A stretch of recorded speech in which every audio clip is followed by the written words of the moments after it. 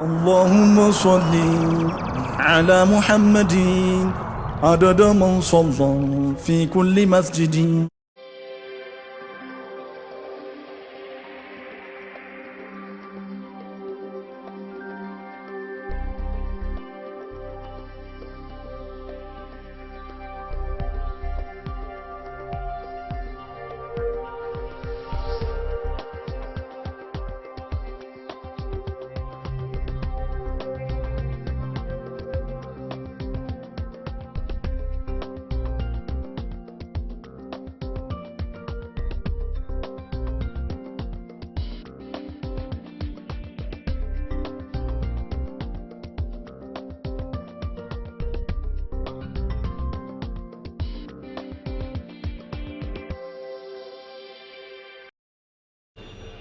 durataa Abdurrahmaan Amaanooti, itti aanaa Abdallaa Hiikooti, barreessaa Mustafaa Amaanooti, mallaqa qabaan Kamaal Ajajjiiti, abbaan herreegaa Yaansiini, abbaa Jamaanyootii Yaansiin Ahmadi, abbaan adeemsaa Ayyuubi, miseensonni as keessaa Iisaa Kadirii fi Ibraahim Amaanaati. Amma Ayyuubi dabarsan. Kanaaf asumaan Ayyuubi dabarsan. Abbaa waliin. kana ka dhageettanna sagalee ol kaaseetiin yeroo takka irra deebisee dabarsa. Inshaallah nutilleen akka hawaasa Naayiroobii jiraatuutitti guyyaa har'aa namoota asii gad jiran kana filannee jirra. Isaan keessaa dura taa'an akka Naayiroobiititti Sheek Abdurrahmaan Amaanoo jennee filannee jirra sagalee guutuudhaan. Itti aanaan Abdallaa Hiikoo akkasuma barreessaan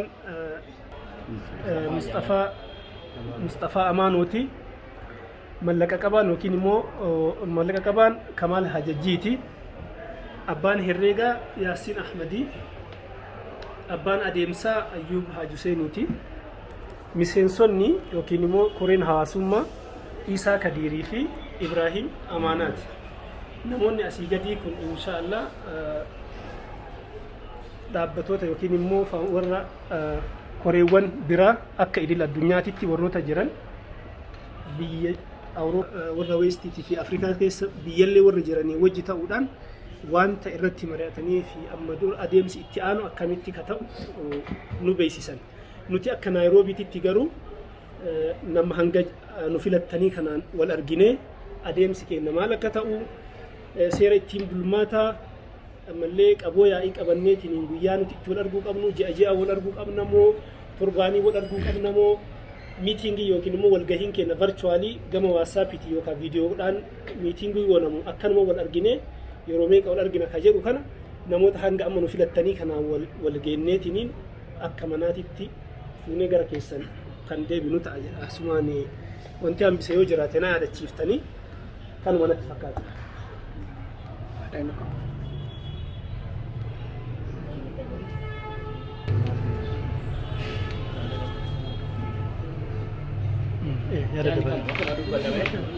yaanni gahee jira sa'aatii gabaabsanaa tokko wanni wal hubachuu qabnu harcaatiin akkamitti humni oolu yaa tokko wanni wal bira wanni kun ka hojjetamu yoo hawaasni argame namni irratti hirmaate bakka wal waamnetti wal jalaa haa awwaannu karaa guruupiitiin lamee miseejiin dabra parsanaalii wal arguufin ulfaata gaafa ergaa yaamichaa isin bira gahe akkasitti haa hirmaannu qaamota hirmaatuu qabullee nama naannoo keenyaa fi ijoollee gadanii ta'ee fi ijoollee naannoo keenyaa ta'an hunda warra fedhii qaban kanarratti hirmaachuu fedhan akka hirmaachifnu yaamicha akka dhiyeessitanii jennaa gabaabinaan sanumaa warra waan jedhame hojiirra oolchuu rabbi.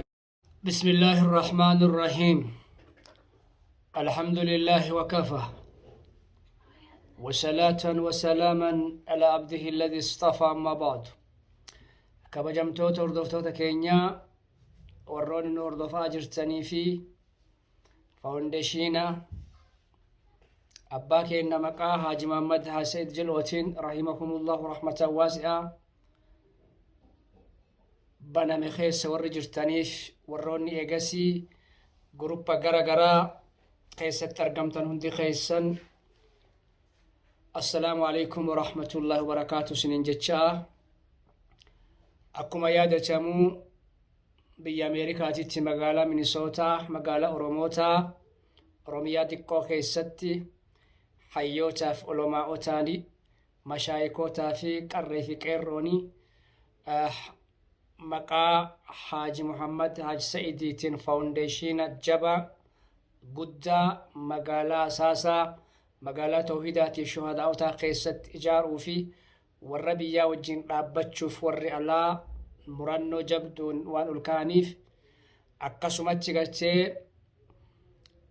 wal ijaaranii akkuma wal ijaaraniin dhaamsa gartee bakka ilmaan gadabii argamtu hundatti labsii waan dabarsaniif keessattuu kallattii Minnesootaa akkasuma magaalota garagaraatti biyya garagaraa irraa waan kallattimaaf ilmaan gadabii bakka jirtutti walaa ijaartu jechaa waan darbeef nutis jiraattonni biyya Keeniyaadhaa magaalaa Naayiroobiitiif naannoo isiitti argamu guyyaa hadhaa ba'aada eegasii salaata magriibaa sanbata guddaa ba'aada magriibaa salaannee booda gaafa 12 ji'a 5ffaadhaa bara 2024 magaalaa Naayiroobii naannoo Islii jedhamutti hoteela karaa 9tti argamu hotspot kan jedhamu achirratti walitti qabaa boordiidhaa Ayyuub Haaji Huseen Gishoo filachuudhaan dura taa'aa Abdurrahmaan Amaanoo Juullaa filachuudhaan itti aanaa Abdallaahii Koo filachuudhaan akkasuma gartee barreessaa Mustafaa Haaji Amaanoo Haajii filachuudhaan abbaa herreegaa Kamaal Haaji Hajjii Bariisoo filachuudhaan deetara mallaqaa Yaasiin Ahmad filachuudhaan miseensa yookaan hawaasummaa Ibraahim Amaanaatii fi Iisaa Kadiir filannee du'aa'iidhaan goloomnee jirra. Kanaaf dhaadannoon jiraattota magaalaa Naayiroobii qarree fi qeerroon hayyoonni warra asitti argaman hundi isaanii abboota keenyaaf olomaa'ota keenya warroota biyya alaatiif biyya keessa jiranii wajjin mirga isaanii taanee waan qabnu hundaan bakka dhumaatti eegasii wajjin dhaabannee dalaguuf qophii jechuun dhaadannoo isaatii dhaamsa abbaan keenya gaafa jiran gadab namas ni qabdii qabeenyas ni qabdii nama hojjettu hin qabdu jechaasan nuti ilmaan teeysan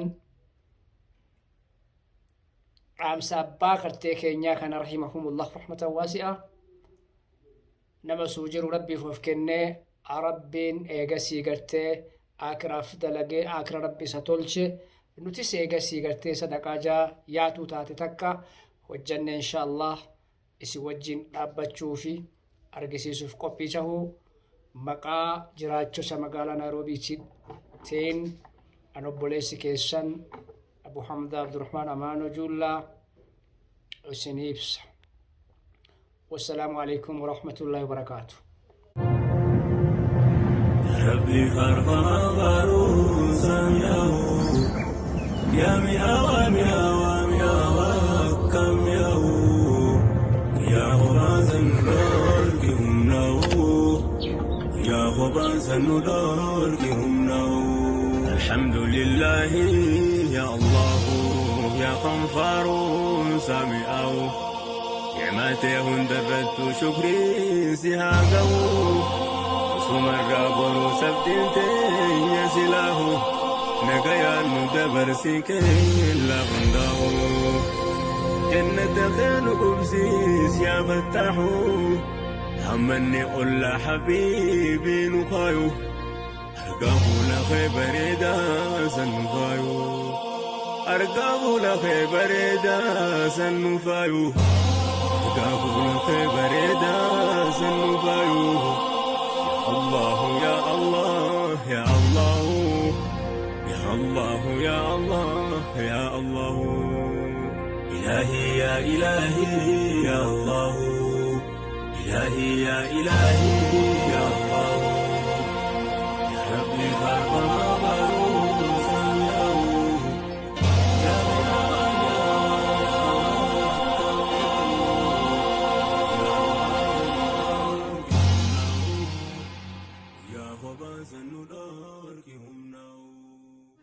Subscribe to Muhajir Al Ansar. Subscribe Muhajir Ansar. Subscribe Muhajir Al Ansar. Subscribe Muhajir Ansar. Subscribe Muhajir Al Ansar. Subscribe Muhajir Al Ansar. Muhajir Ansar. Subscribe Muhajir Al Ansar. Subscribe Muhajir. Subscribe Muhajir Ansar.